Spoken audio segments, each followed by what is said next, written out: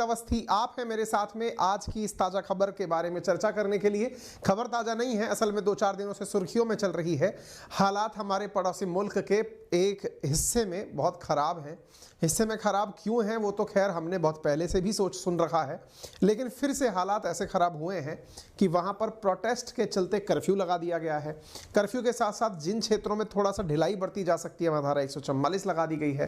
क्या हो रहा है चीन के कारण, ये आज के सेशन में हम चर्चा करेंगे। और असल में चीन के कारण पाकिस्तान में जो हो रहा है वो नया नहीं है। चीन जहां जहां भी जाकर के अपने द्वारा इंफ्रास्ट्रक्चर के नाम पर किसी के जमीन पर अतिक्रमण करता है, वहां के लोकल्स के द्वारा विरोध किया जाना, ये आपने श्रीलंका में भी देखा है, अब आप यहां पर भी देख रहे हैं, थोड़े दिन बाद आप नेपाल में भी देखेंगे। फिलहाल के लिए आपको याद दिला देते हैं किस जगह की बात की जा रही है।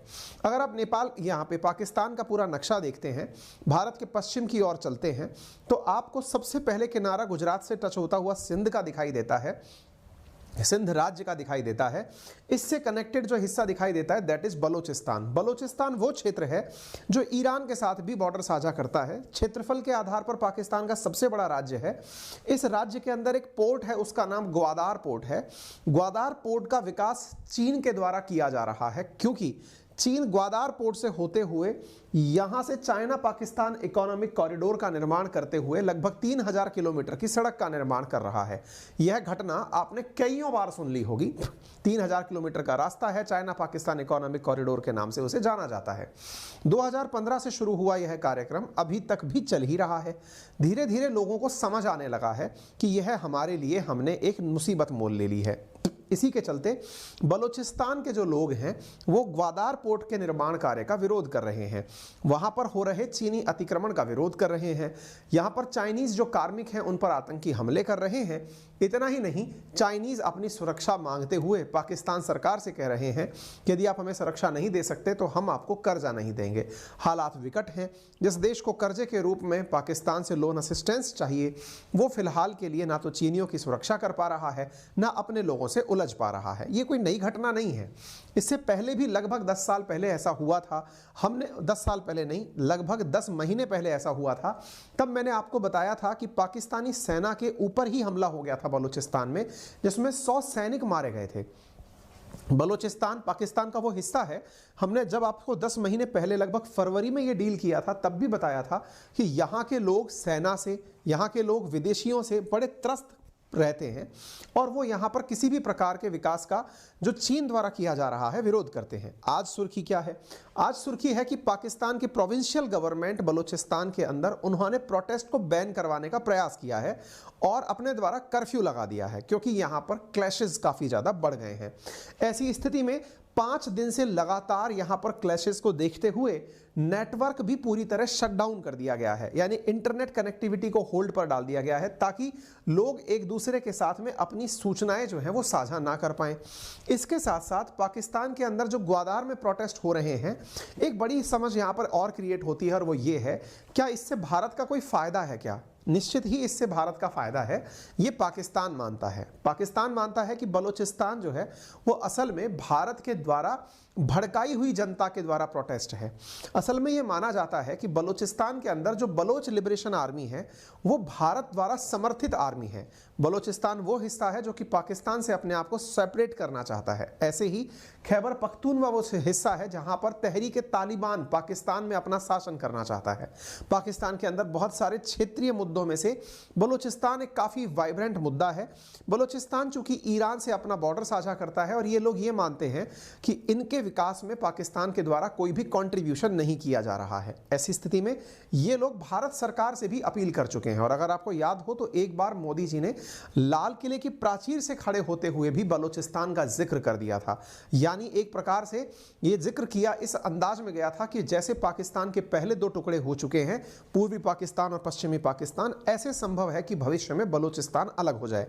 यानी चीन इसे डायरेक्टली ये मानता है कि ये भारत के द्वारा इंटरफेयर है। अब आप पूछेंगे यहां पर भारत इंटरफेयर करके फायदा क्या लेना चाहता है? असल मायने में इस फायदे को आप यूं समझ सकते हैं कि यहां से जो पाकिस्तान ऑक्यूपाइड कश्मीर है, इस हिस्से से होकर के सीपैक यानी चाइना पाकिस्तान इकोनॉमिक कॉरिडोर गुजरता है। यह बात आपको अच्छे से पता है कि चाइना पाकिस्तान इकोनॉमिक कॉरिडोर का भारत के जो हमारा जो कश्मीर है उसका जो पाकिस्तान अधिकृत वाला जो क्षेत्र है वहां से होकर गुजर कर जाना निश्चित ही भारतीय हितों के खिलाफ है और भारत इसका लंबे समय से विरोध करता है। तो यहां जब भी प्रोटेस्ट होते हैं पाकिस्तान भारत से और खफा हो जाता है कि ये आप इन्हें करवाए होंगे। प्रोटेस्ट कैसे हो रहे हैं उसकी कुछ तस्वीरें मैं आपको दिखा देता हूं।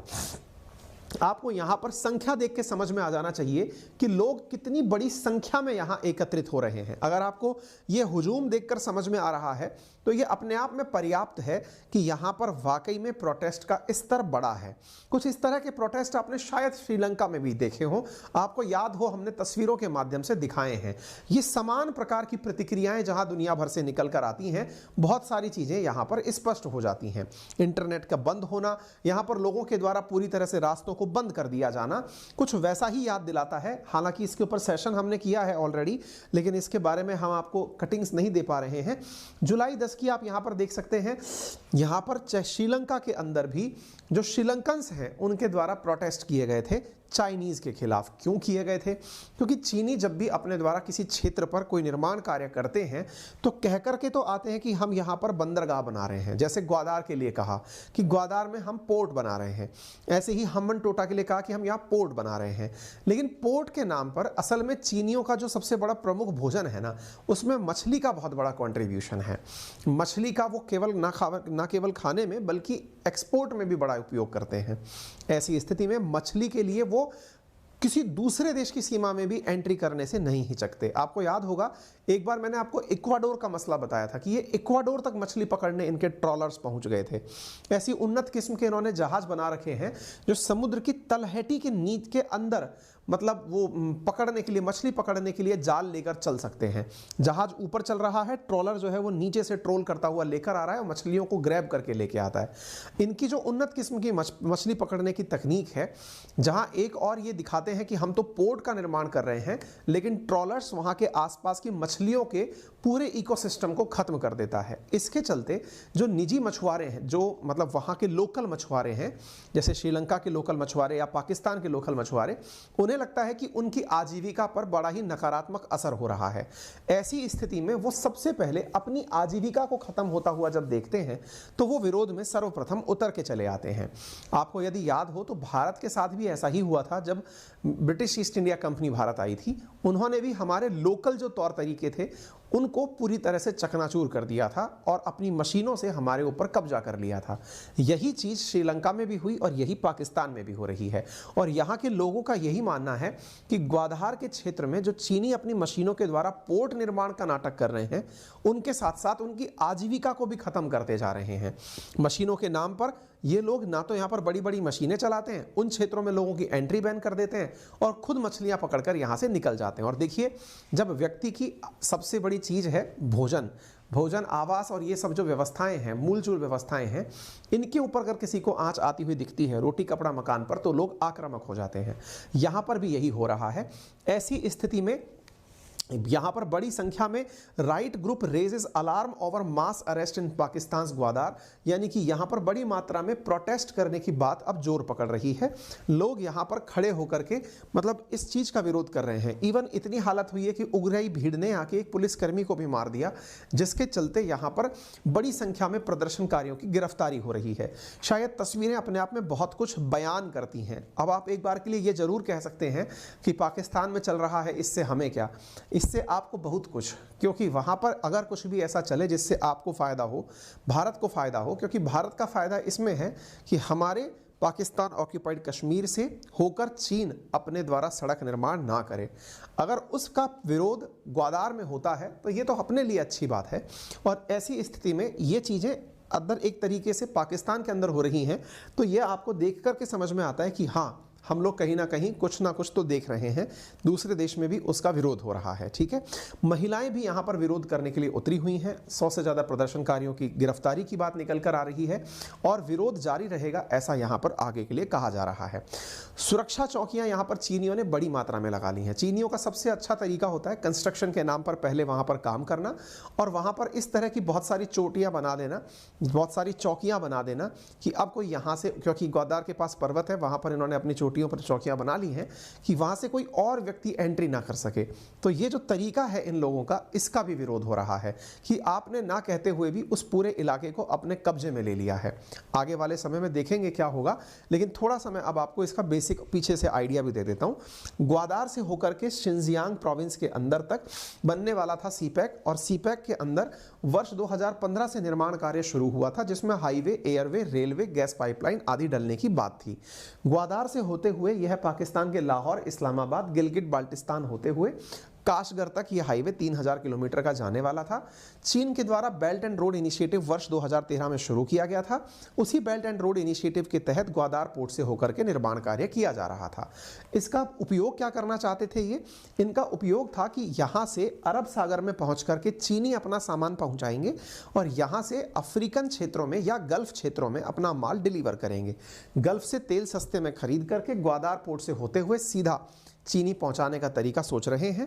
अगर यह कामयाब होता है तो अनडाउटेबली चीन को इससे बहुत फायदा होगा, ऐसी अपेक्षा की जाती है। ठीक है, तो उम्मीद है कि यह एक अपडेट के रूप में आपको खबर पता चली होगी।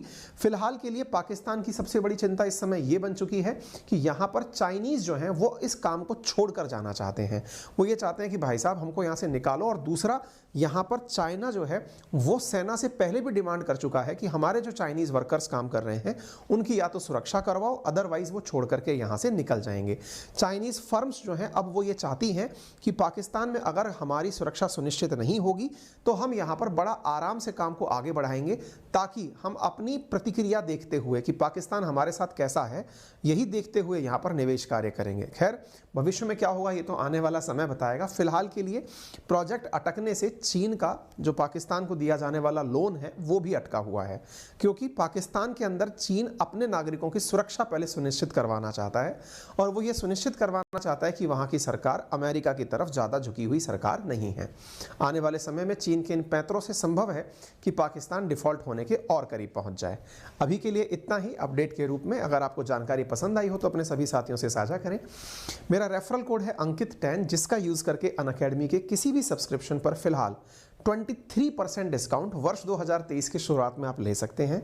न्यू ईयर के फर्स्ट वीक में आप लोगों के लिए मेरा एक नया बैच आ रहा है, जर्नल अवेयरनेस बाय अंकित अवस्थी नाम से। अनअकैडमी पर एक अलग से गोल बनाया गया है।